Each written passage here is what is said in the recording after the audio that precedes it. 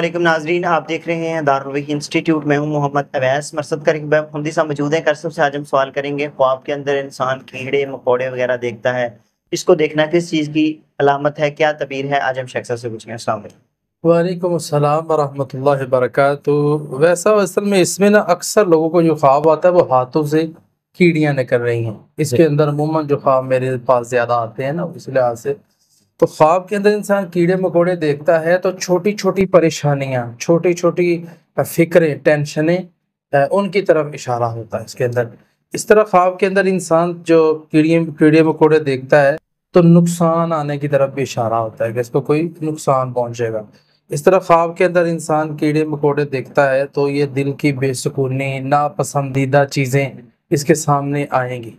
तो इसका इलाज क्या है जी? सूरह फलक, सूरह नास, आयतल कुर्सी, ये इंसान को पढ़ना चाहिए और सोते वक़्त पढ़ के इसको दोनों हाथों पे फूंक मार के, यानी कि जो सोने के अज़कार अल्लाह के नबी ने बताए हैं, सूरह फलक, सूरह नास और आयतल कुर्सी वगैरह, तो उसको 3-3 बार पढ़ के जिस्म पे फूंक मारे और एक बार आयतल कुर्सी पढ़े तो 100 दफ़ा अस्तगफिरुल्लाह पढ़े तो अल्लाह ताला इसके सारे मसाइल हल फरमा दे। बहुत शुक्रिया जी नाजरीन, अगले प्रोग्राम में फिर हाजिर होंगे। हमें इजाज़त दीजिए। अल्लाह हाफ़िज़। बेहतरीन सदका जारियाँ हासिल करने के लिए इस वीडियो को लाइक करें, शेयर करें और कमेंट करें।